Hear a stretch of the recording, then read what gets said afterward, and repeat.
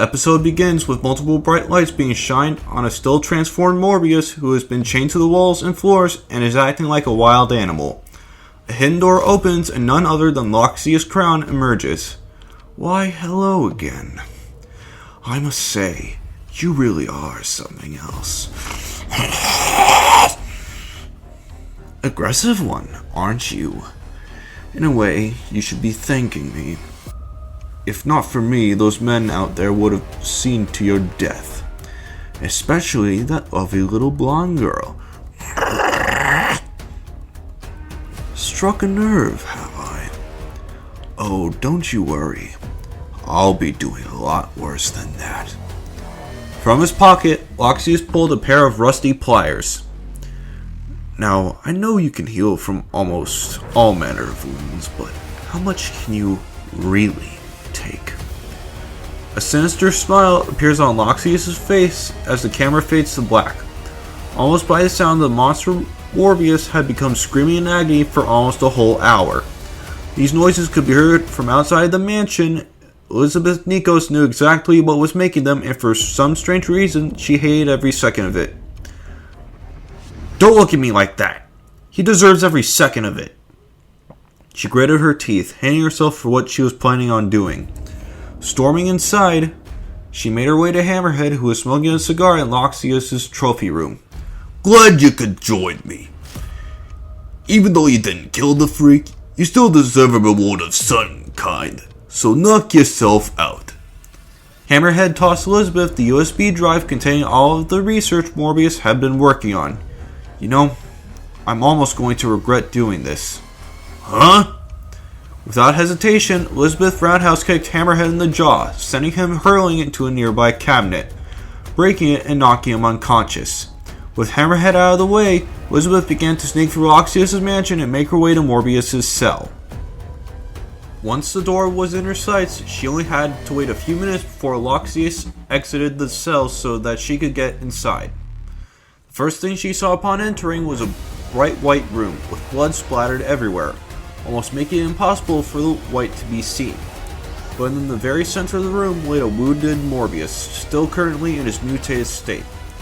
Upon noticing a familiar scent, the beast awakened, only it didn't attack Elizabeth, it only stared at her with tears slowly rolling down his face.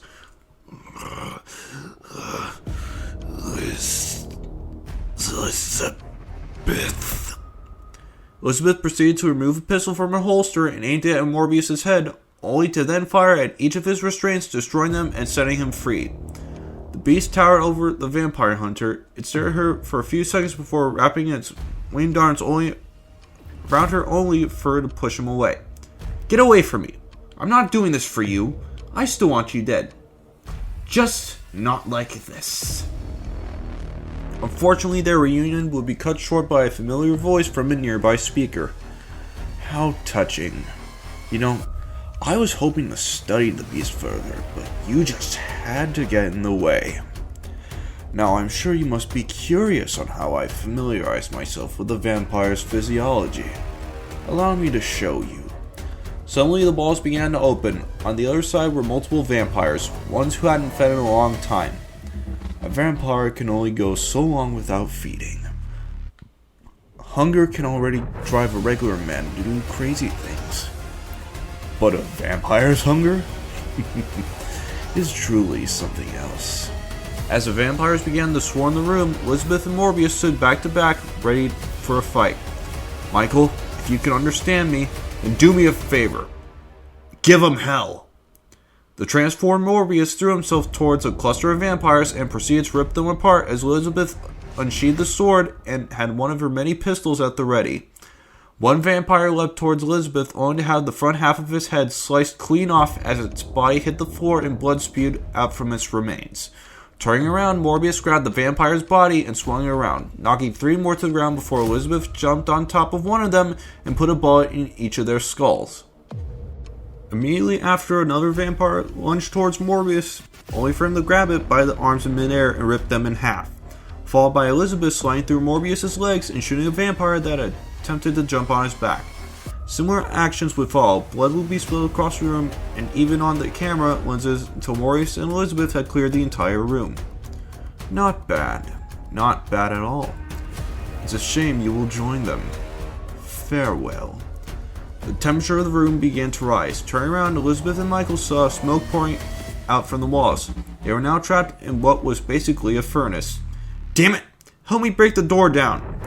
Elizabeth used all of her strength to try and pull open the doors to the blood-covered cell, only for them to not budge an inch.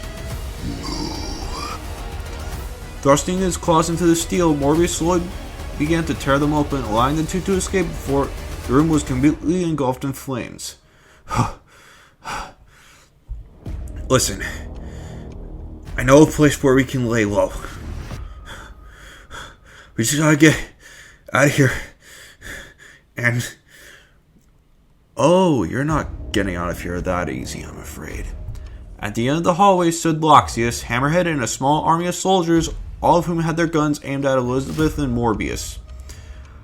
I haven't got enough strength or ammo to take these guys on. We need to go, and we need to go now. Agreed. Grabbing Elizabeth and holding her tightly against himself, Morbius threw himself out of the nearest window and flew as far away as he could from the manor grounds. At ease, friend. They'll be back. Trust me. The scene cuts to black and reopens to nighttime at the exact same university Morbius used to work at. In a science lab, Morbius and Elizabeth were getting their bearings together. Elizabeth was recounting her ammo whilst the still transformed scientist was working on a nearby chemistry set. What the hell are you doing? I can't afford to stay like this. I can't cure myself entirely, but I should be able to turn myself back to the state I was before. So in other words, you'll just be less of a freak. Yes. Now for the moment of truth. Come on! Thrusting the syringe into his arm, Morbius injected himself with the serum and began to transform back into his previous form. No more bat wings or fur on his body, just what we have come to know him as. It worked. Yeah, and you're almost nude. Come on. Where are we going? We can't go to war with Crown or the Magia whilst you're wearing rags. Lucky for you, I know a guy. After stealing the car, Elizabeth started driving with Morbius in the seat next to her. Elizabeth. I know what you're going to say, but please let me say what I mean to say. I didn't mean to kill Emil. I never meant to hurt anyone, especially him. He was my best friend and brother. The car came to a screeching halt as Elizabeth turned to scream at Morbius. Then why'd you kill him, Michael? Why'd you have to tear out his throat? After all he did for you, after sacrificing his career to cure you when he found out you were dying. Well, what's your excuse? I don't have one. All I can say is that after we had tested the cure, I closed my eyes. When I woke up, I felt this insane hunger. I couldn't think straight, and I gave in to my instincts, and I found the first thing that I could eat. When I came to, I had my teeth in his neck. I snapped out of it, and I did everything I could to help him. But it was too late. He was already gone by the time I came to. Tears began streaming down the pseudo-vampire's face. If it were up to me, I'd destroy my research and put a bullet in my head just to end it all. But we promised each other that we cured those who were sick, so until then, I refused to die. Fine. But know this. I may not try to kill you, but I will never forgive you. After the awkward moment of silence, the two continued on their journey, neither of them saying anything until they had reached their destination. Looking out the car window, Morbius saw a building with a neon sign reading Leo's Tailoring. So your solution for laying low is a tailor shop? Yep. Is this one of those things where it leads to your underground secret lair? No. Now hurry up. We can go through the back. Upon sneaking around into the alley behind the building, Elizabeth slowly opened the door, only to be greeted by the barrel of a shotgun that was being held by an old man. Whoa! Easy, Leo. It's me. Elizabeth? My God, you scared the shit out of me. Why the hell are you sneaking through the back door? This is Leo Zielinski, played by Jim Beaver. Well, Leo, This is why. Elizabeth stepped aside to give Leo a clear view of Morbius. Come on in. I'll put a fresh pot on. The two entered the shop and sat down as Leo flipped the open sign to close the store. So I'm assuming that Mr. Red Eyes here needs a suit. Actually, I just need... Yeah, he needs a suit. Preferably one that can take a beating. Don't worry, I got the money for it. Alright, you, follow me. Morbius followed the old tailor into the back and allowed him to take his measurements. I'm definitely thinking black for the main color. Wait a second, how the hell are you so calm right now? Son, I see all sorts of characters in this store. You're not even the weirdest one. Heck, my first costume was that orange stone guy. Ripped a hole in his shorts, and luckily for me, I was the closest tailor. Since then, I've been the go-to guy for almost every hero and villain costume. Wait, you work for the bad guys? Have you got dirt in your ears? I don't work for anyone. I don't turn anyone down unless they try to bring trouble into my store. Now tell me, are you planning on bringing trouble into my store? No, sir. Good. So, I'm assuming Liz is one of your customers? Indeed she is. She told me what she was going up against, so I made her an outfit that could help do the job. Extra padding to prevent biting as well as being bulletproof. Plenty of holsters for weapons and ammo storage. We all looked up and saw Morbius looking at the ground in shame. Right. Now, before I start the design, I'm gonna need a rundown on your powers, everything from big to small. Time flies by and we see Elizabeth staring out of the store's window, keeping an eye out for Maggia vehicles. Only looking away when Leo stepped out of the dressing room. Alright, it's done. How's it feeling? Morbius emerged from the dressing room wearing an almost entirely comic-accurate suit. I look like I belong in a damn circus. Doesn't matter what you look like. All that matters is if it'll stop a blade and bullet, you're good. Thanks again, Leo. Yeah, just leave the money on the counter before you leave. So what now? Now we kill Crown and anyone else who gets in our way. How do we do that? We bring the fight to him.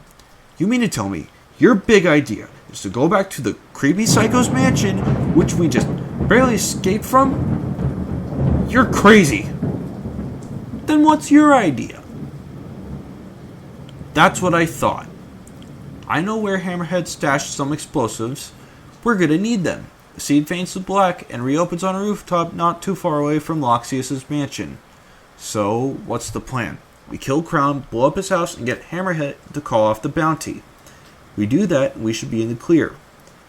Easier said than done. So where do we start?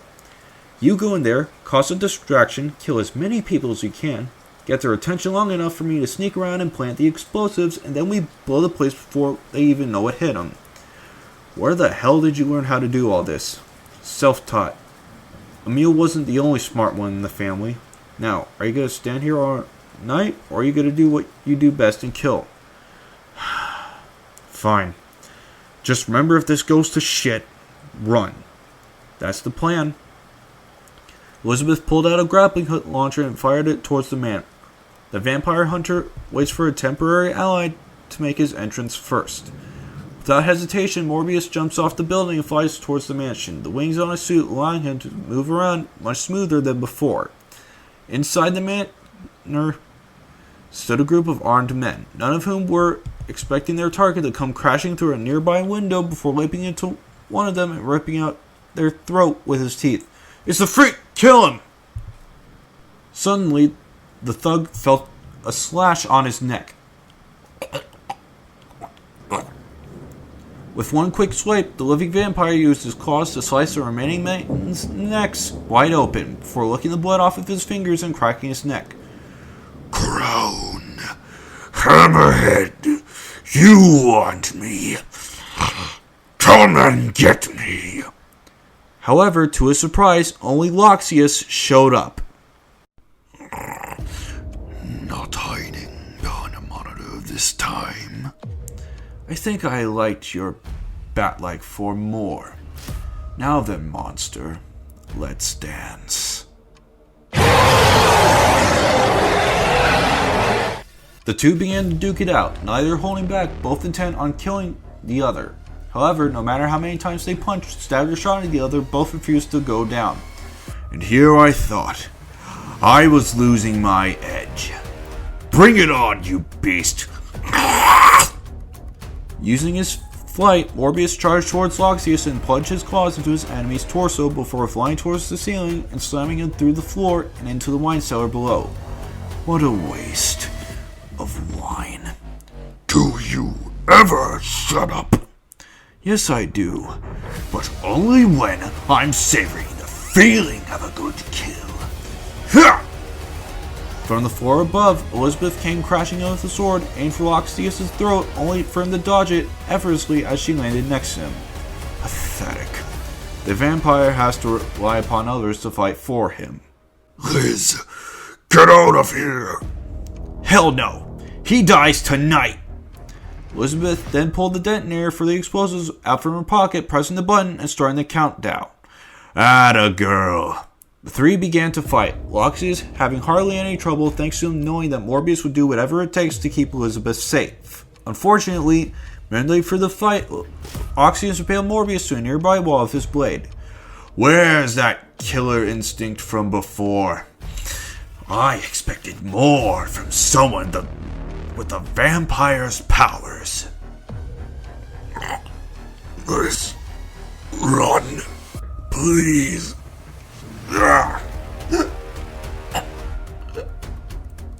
Looking down, Elizabeth saw one of Loxius' blades thrust into her stomach. Liz, no! Now if you excuse me, I have an exploding house to get out of. I'll leave you two to bleed and burn to death. Loxius left Morbius in tears. The transformed scientist, using the remainder of his strength to remove the blade and rushed to Elizabeth's aid. Liz, talk to me. Please, I can't lose you too. Please, Liz, wake up. Please, no, please, don't do this. Elizabeth Nikos has now passed away. Morbius sat by Liz's side as tears streamed down his face and landed on hers.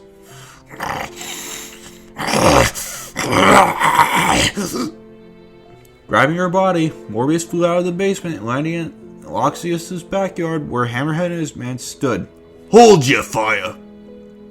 With Elizabeth's body in his hand, Morbius walked towards Hammerhead and gently placed her body in front of him. Whether or not I die tonight, please make sure she's buried next to her brother. With those final words, Morbius flew back into the mansion just as the building began to explode and collapse, intercepting Loxius before he could evacuate himself. You are becoming a real pain. I'm going to kill you. I don't care what happens to me anymore. All that matters is that you don't get out of here alive. Very well, Michael. Let's end things right here. Agreed. Morbius charged at Loxius, grabbing the vampire hunter by his face and slamming him into countless antiques before throwing him through a wall and into another room. This right here. This is what I've been waiting for. The battle became more and more brutal as time passed, until they both stood covered in cuts with their clothes destroyed. This ends right now. You got that right. With his blade in hand, Loxius attempted to stab Morbius in the heart, only for him to dodge at almost the last second before shoving his entire fist through Loxius, causing the vampire to fall to his knees. You think killing me won? There'll be more. More hunters, just like me. Then a message. Grabbing Loxius by the ponytail, Morbius held his head back as he sank his teeth into his neck before leaving him to burn in the fire. The scene cuts to black, and it's revealed that an entire 3 days had passed. In the sewers, Morbius was setting up a much more advanced laboratory for placing a framed photo of him, Emil, and Elizabeth on his desk. The series then ends with a narration from Morbius himself. I refuse to let innocent people die or get hurt because of my actions. Never again will I allow the powerful to take advantage of the weak. My name is Dr. Michael Morbius, and as long as I breathe, this is my vow. If I must drink blood, let it be the blood of the corrupt, of those who deserve to die, the blood of the guilty.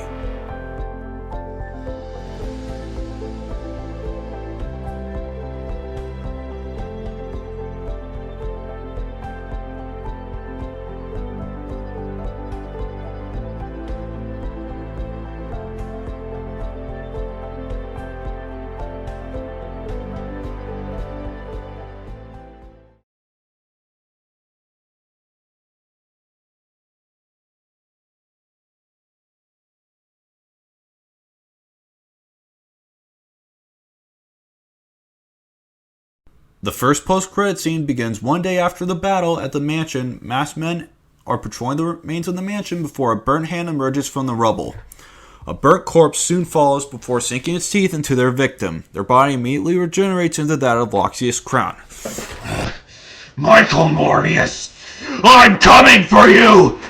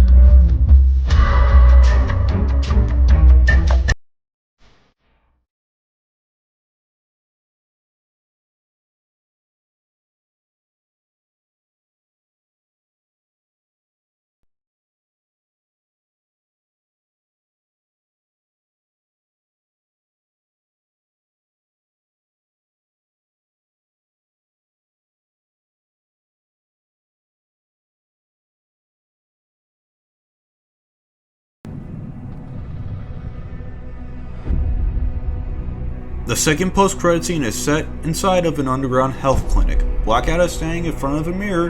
The camera is at an angle that hides his reflection until he turns around, revealing his cybernetic jaw and claws. A sinister smile formed on his face.